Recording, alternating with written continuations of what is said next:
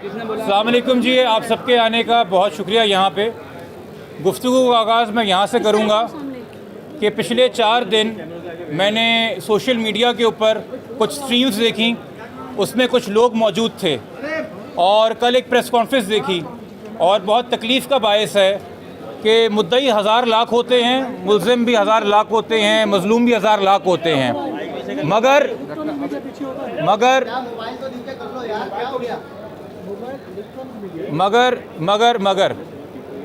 जजेस का नाम लेके उनकी किरदार कुशी करना, लोअर जुडिशरी के ऊपर प्राइस टैक्स लगवा की बात करना, सीनियर अदलिया के जजेस जो हैं उनका नाम लेके उनकी किरदार कुशी करना, सिंध की पूरी जुडिशरी को मलाइन करना, एक सूबे की पूरी जुडिशरी को मलाइन करना।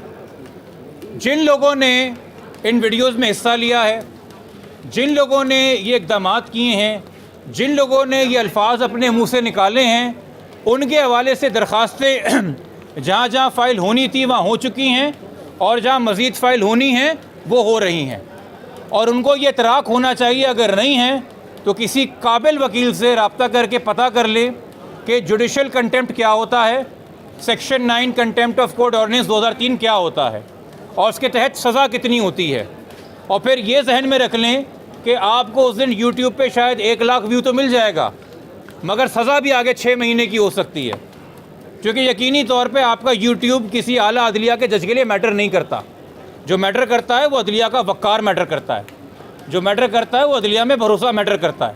तो जिस तरह से कुछ दोस्तों ने ये इक़दाम किए हैं, उनको मैं ये बावर करवा रहा हूँ कि वो तमाम लोग ज़िम्मेदारी का मुलाहज़ा करें। मैं आपको मशवरा दे रहा हूँ मुफ्त का, और देता रहा हूँ, पहली बात। दूसरी बात, आज की कार्रवाई के ऊपर आते हैं।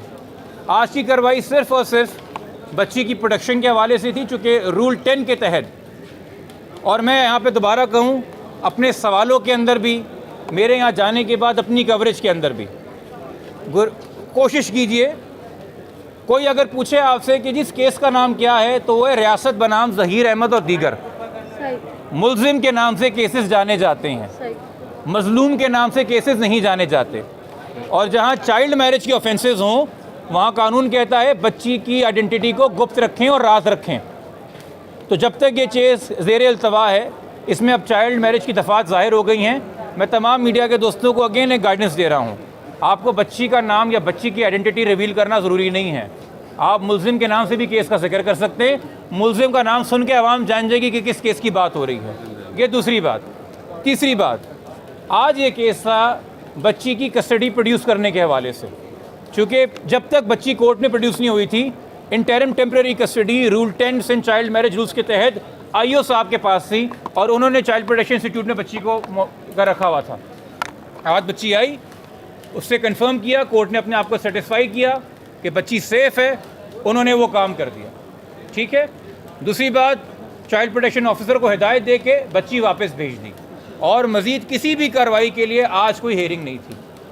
कुछ दोस्त यहाँ पे अगर सवाल करना चाह रहे हैं कि जी तफ्तीश का क्या हुआ, क्या साबित हुआ, क्या साबित नहीं हुआ, तो ख़ास तौर पे वो जो दोस्त मुझसे वाकिफ़ नहीं है, मैं तारुफ़ दोबारा करा देता हूँ। मेरा नाम मोहम्मद जबरान नासिर है, मैं पेशे से वकील हूँ, तफ्तीशी अफसर नहीं हूँ। मेरे यहाँ पे फूल और सितारे नहीं लगे हुए, मैं केस का IO नहीं हूँ, मैं पुलिस वाला नहीं हूँ। अगर मैं बात, अभी प्रेस कॉन्फ्रेंस चल रही है, अभी मैं सवाल नहीं ले रहा। ठीक है। दूसरी बात, मैं जब से केस का वकील हूँ, मुझसे अगर आप कोई सवाल कर रहे हैं तो मेरे मौक़िफ़ पे करेंगे, मेरे दलाइल पे करेंगे कि आपने ये दलाइल अदालत में अख्तियार किए हैं, आपने ये मौक़िफ़ कोई दरख्वास्त पे दिया है, उस हवाले से आप बात करें। आपकी अपनी ख्वाहिशात के हवाले से तो मैं सवालों के जवाब नहीं दे सकता कि आपने अखज़ किया है, चूँकि फ़लाने ने ये बात की थी तो फ़लाने ने ये बात की थी। तो जिसने जो बात की आप उससे सवाल कर सकते हैं। चलान 1 तारीख को आएगा, क्या साबित हो रहा है, क्या साबित नहीं हो रहा है, पुलिस को अभी तक क्या हक़ाइक़ मिले हैं, क्या नहीं मिले हैं, वो 1 तारीख को अदालत के पास आ जाएंगे। मेरे ख़्याल में मीडिया से छुपा नहीं कि इस केस के तफ्तीशी अफसर कौन है। तफ्तीश के हवाले से सवाल करना है, हम उनको प्लीज़ रास्ता दिखाएं, और अगर कोई शहर के रास्तों से नावाकिफ़ हो तो यहाँ के मकामी जो हज़रात हैं, जो कि ये भी आप लोगों के इल्म में है, जो यहाँ पे रेगुलर हेयरिंग कराची में अटेंड करते रहे हैं, हाथ उठा के बता दीजिए, हाथ उठा के बता दीजिए। अगर मैंने हर प्रेस कॉन्फ्रेंस में नहीं कहा कि मुझसे सवाल क्यों कर रहे हैं, सवालात पुलिस से जाके करें। आईजी साहब से जाके करें, डीआईजी साहब से जाके करें, एसएसपी साहब से जाके करें। मैं तो जो दलाइल है वो देने आता हूँ, जो मुकदमा रखती है पुलिस इन्वेस्टिगेशन का वो देने आता हूँ। तो मैं तो रोज़ अव्वल से कह रहा हूँ, मैंने तो किसी दिन नहीं कहा कि तमाम चीज़ों की जवाबदारी मेरी होगी। पुलिस के सब मामला पुलिस से पूछिए, मुझसे ये पूछिए कि सर आपने कोई दरख्वास्त दी है तो कानून इस बारे में क्या कहता है, आपने ये मौक़िफ़ क्यों इख्तियार किया, उतनी ही बात करें तो बेहतर है। हमारा एक वर्किंग रिलेशनशिप है, सही है, और मेरा तो 7-8 साल से रहा है, पहले बतौर एक्टिविस्ट अब बतौर वकील रहा है। तो हम यकीनी तौर पे सहाफ़ियों का भी ख्याल करते हैं। कभी सहाफ़ियों से अगर कोई तल्ख़ कलामी हो जाती है तो ये भी रिकॉर्ड का हिस्सा है कि मैं बरमला सबके सामने खड़े होकर माज़रत भी करता हूँ। वो भी आप लोगों ने मेरी माज़रतें नशर की हुई हैं, ये आप लोगों के सामने रिकॉर्ड की बात है। चाहे सबका नहीं, किसी एक की दिल आज़ारी हुई हो, मैंने सबसे माज़रत की है। तो इसी तरीके से आप वकला का भी ख्याल कीजिए, वकला के वाले से भी बात कीजिए। अच्छा, आप ये भी जानते हैं कि मैंने अगर किसी सहाफ़ी पे या यूट्यूबर पे तनकीद भी की हो तो मैंने कभी किसी प्रेस कॉन्फ्रेंस में उसका नाम नहीं लिया, ये भी रिकॉर्ड का हिस्सा है। मैं ज़ातियात पे नहीं आता, एक डेकोरम और ग्रिड से चलता हूँ। मुझे ये लगता है कि देखिए, जब भी कोई सहाफ़ी तफ्तीश कर रहा होता है तो यकीनी तौर पे उसको एक एंगल लेना होता है कि मैं इस पैराए से इसको देखूं। तो कोई हो सकता है अपनी पहली ओपिनियन के अंदर मुद्दई के हक़ में राय कायम करे, कोई हो सकता है पहली ओपिनियन में मुल्ज़िम के हक़ में राय कायम करे। तफ्तीश करना उसका हक़ है, वो तफ्तीश करे। मैंने सिर्फ 2 बातें कही हैं, उस तफ्तीश के दौरान बच्ची का नाम गुप्त रखें, अदालत में जब हों तो डेकोरम का ख्याल कीजिए, और आपको ये भी पता है कि मैं इस हद तक गया हूँ और यहाँ पे खड़े सहाफ़ी इस बात का सबूत देंगे कि पिछली पेशी के ऊपर जब मुल्ज़िम आया था बेल के लिए तो कुछ 1-2 लोगों ने बहुत एग्रेसिवली उसको अप्रोच किया सवाल करने के लिए। मैंने उनको जाके, जबकि मैं मुद्दई का वकील हूँ, मैंने उनको जाके रोका कि आप क्या कर रहे हैं मुल्ज़िम के साथ। आईओ साहब जिनको तब्दील कराने की दरख्वास्त मैंने दी, उन आईओ साहब का कुछ लोगों ने ज़बरदस्ती इंटरव्यू लेने की कोशिश की, उनको घेरे में डाला। मैंने जाके बोला कि ये आप क्या कर रहे हैं। उसकी वजह है भाई, जो लोग नहीं जानते, इस वक्त हम जहाँ खड़े हैं ये भी कोर्ट प्रेमिसेस है, ये वॉकवे भी कोर्ट प्रेमिसेस है, ये सीढ़ियाँ भी कोर्ट प्रेमिसेस हैं। हमारे लिए तमाम जगह जो है वो कोर्ट प्रेमिसेस है और रिस्पेक्ट के लायक है। तो मैं इस चक्कर में नहीं कि कोई फ़लाँ साइड के लोग हैं, फ़लाँ साइड के लोग हैं। Media is media, media is every right to form an opinion.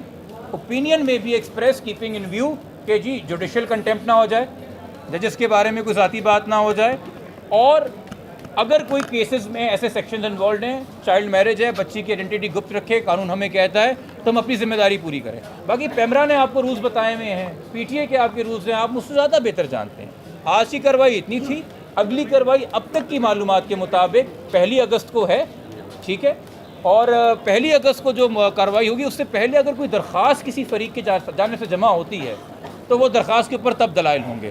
फ़िलहाल हम सबको इंतज़ार है कि 1 अगस्त को जो चालान आएगा उसमें क्या इंकशाफात होंगे, मगर यकीनी तौर पे क्योंकि पुलिस एक इन्वेस्टिगेशन कर रही है और अपनी ज़िम्मेदारी पूरी कर रही है, तो वो मुझे बता के तो नहीं करेगी, ना मेरे इल्म में ला के करेगी।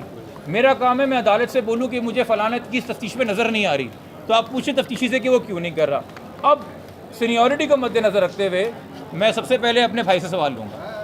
पहली बात तो ये बताएं कि आप साथियों को गाइडलाइन क्यों दे रहे हैं, दूसरा आपने 15 मिनट लगाए वजाहत देने में अपने बारे में, तीसरा सवाल जो शुरू में आपने जिक्र किया था कि सोशल मीडिया और यूट्यूबर्स के खिलाफ एप्लीकेशंस गए हैं, वो एप्लीकेशंस आपने दी हैं या किसी और ने? देखिए, मेरी मालूमात के मुताबिक, चूँकि आपको पता है कि यूट्यूब के ऊपर रिपोर्टिंग होती है, पैमरा पे रिपोर्टिंग होती है, पीटीए में रिपोर्टिंग होती है, तो बहुत से लोगों ने मैसेजेस भी किए और अपने फेसबुक पर डाला भी है कि जी हमने दरख्वास्तें लिखी हैं। इवन तो मैंने आज देखा कि पीटीए का ट्विटर हैंडल लोगों को रिप्लाई कर रहा था कि इस लिंक पे रिपोर्ट करें, इस लिंक पे रिपोर्ट करें। पहली बात, ठीक है, तो मेरा मौक़िफ़ नहीं है। दूसरी बात, सर आप सर जवाब आप ही सुन रहे सवाल पूछ के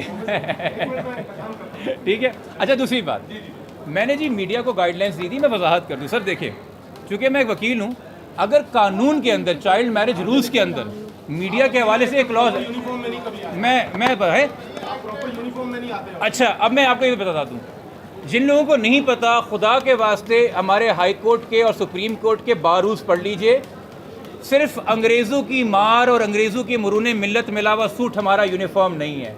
मेरे मुल्क की अपनी एक सकाफत है। हाई कोर्ट में शेरवानी ऑफिशियल यूनिफॉर्म है, हाई कोर्ट में शेरवानी ऑफिशियल यूनिफॉर्म है। मैं हाई कोर्ट में शेरवानी में पेश होता हूँ और सिटी कोर्ट में शलवार कमीज़ काली वास्केट के साथ ऑफिशियल यूनिफॉर्म है।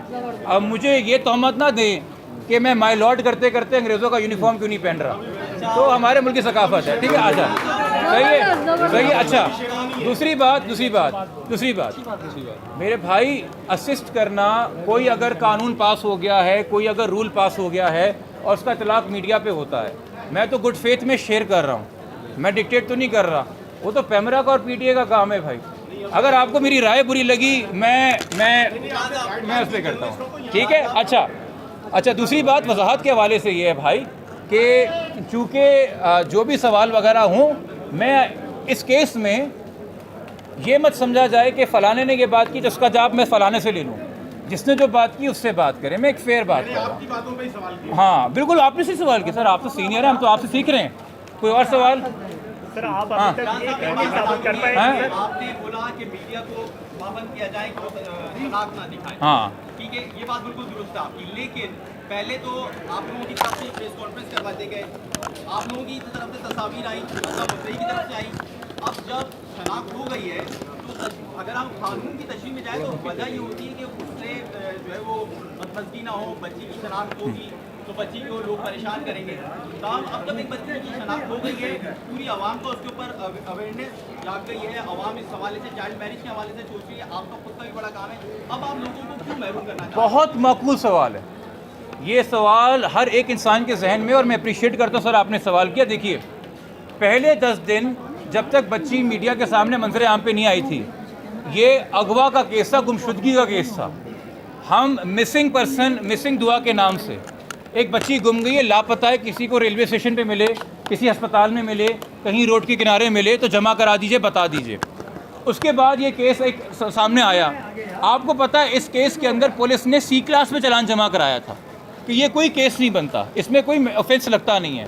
जब ये बात हो कि कोई ऑफेंस लगता नहीं है, तो जब ऑफेंस लगता नहीं तो उसके तहत, उस ऑफेंस के तहत जो मीडिया गाइडलाइंस है उनका इतलाक नहीं होता। चूँकि 16 जुलाई को एक प्रोग्रेस रिपोर्ट आई है सामने जिसमें पुलिस ने कहा है कि सिंध चाइल्ड मैरिज लॉ का इतलाक होता है और इसके तहत अब हमने बच्ची को बाजियाब करना है और इसके तहत हमने मुलजिम को गिरफ्तार करना है। और फिर चाइल्ड मैरिज एक्ट के तहत ये अदालत ऑर्डर देती है आईओ को कि बच्ची को आप लेके आएँ और चाइल्ड प्रोटेक्शन इंस्टीट्यूट में जमा कराएँ। तो चूँकि 16 जुलाई के बाद अब बग़ैर किसी डाउट के इस कानून का इतलाक हो गया है, इसलिए इस स्टेज के ऊपर मैं गैर ज़रूरी तौर पे आपको तंबीह करता रहूँ तो आप कहेंगे कि नसीहत करने वाला बाबा कहाँ से आ गया। मगर जब एक चीज़ कोर्ट ने भी अडॉप्ट किया, कोर्ट ने, जब आप ऑर्डर पढ़ेंगे 22 तारीख का, वो एप्लीकेशन अलाउ हुई under rule 9 of Sindh child marriage restraint rules.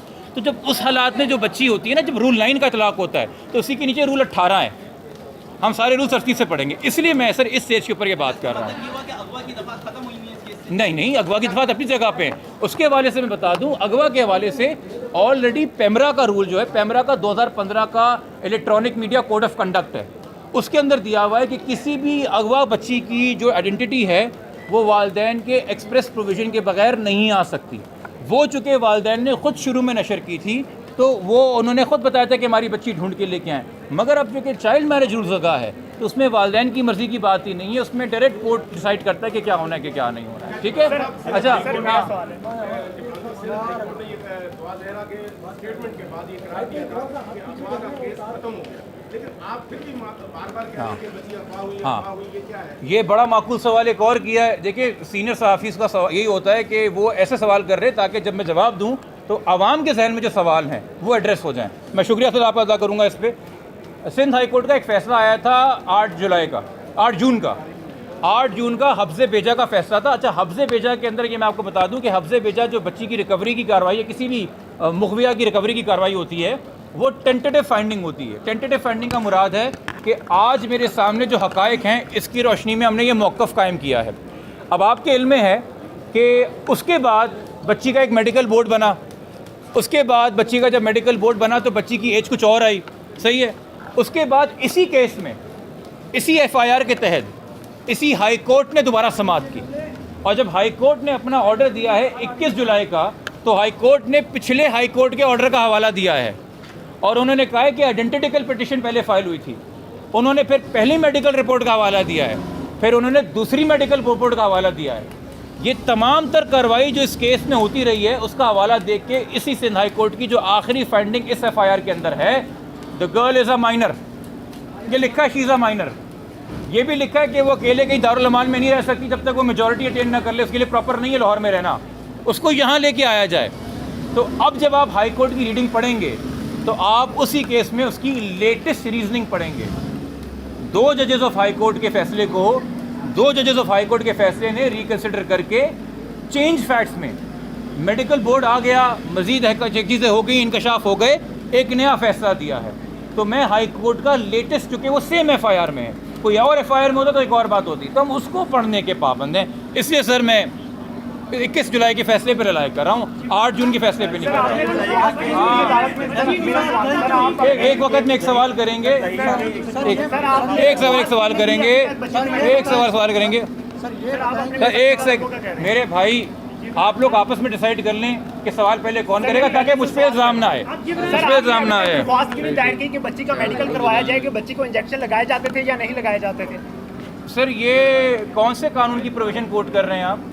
Sir बच्ची का मेडिकल होना चाहिए ना, ये इल्जामात दिए गए थे कि बच्ची को बेहोश किया जाता है, किसने इंजेक्शन लगाए जाते हैं, किसने दिए? मीडिया पे बातें फैलाई जाती थी, किसने दिए? मीडिया को पागल बनाया गया था, किसने दिए? मीडिया को कहा गया था कि वो गैंग का हिस्सा है। अच्छा एक सेकंड मेरे भाई, आप सवाल कर रहे हैं, आपकी प्रेस कॉन्फ्रेंस तो नहीं है, वो तो मेरी हो रही है। सर मेरा सवाल आपका सवाल आ गया, आपका सवाल आ गया। मैं ये जानना चाह रहा हूँ, क्या मैंने ये मौक़िफ़ अदालत में जब से केस लिया है या प्रेस में, मीडिया में अडॉप्ट किया है कि बच्ची के साथ कोई ऐसी की चीज़ हुई है कि नहीं हुई है?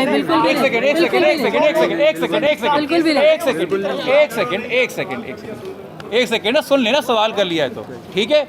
जब से मैंने ये केस लिया है और ये मैं इस केस की पैरवी कर रहा हूँ, क्या वालिद और वालदा ने ये बात की है? नहीं की है रिकॉर्ड में? ना ना ना ना ना ना ना ना ना ना सर मैं कई ऐसी ना ना ना ना सही है, ठीक है।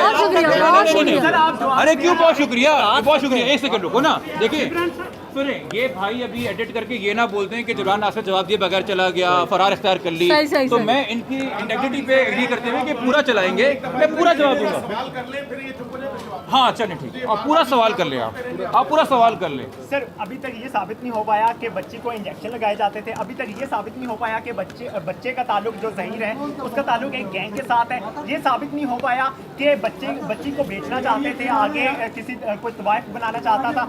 ये चीज़ें मीडिया पे क्यों फैलाई गई थी, उसका इंसाफ कौन करेगा? अच्छा ये मुझे बताइए कि, हाँ ये मुझे बताइए भाई कि ट्रैफिकिंग इन पर्सनस की दफात हमने लगाई या पहले आईओ ने अपने इंटरम चलान में लगाई? पुलिस ने लगाई। हमने तो 364 की एफआईआर कटाई थी, पुलिस ने सिर्फ पुलिस ने इंटरम चलान के अंदर ट्रैफिकिंग इन पर्सनस लगाई। मैंने तो नहीं देखा आपने आज तक जाके इस केस के आईओ का इंटरव्यू किया कि क्यों लगाई थी, वो बताएगा ना। तफ्तीश की उसका मुझसे पूछ के तफ्तीश नहीं कर रहा है वो, पहली बात। दूसरी बात ये आप जानते हैं कि भाई 10 डॉक्टरों का मेडिकल बोर्ड हुआ बच्ची की एज डिटर्मिनेशन करने के लिए, पहली बात।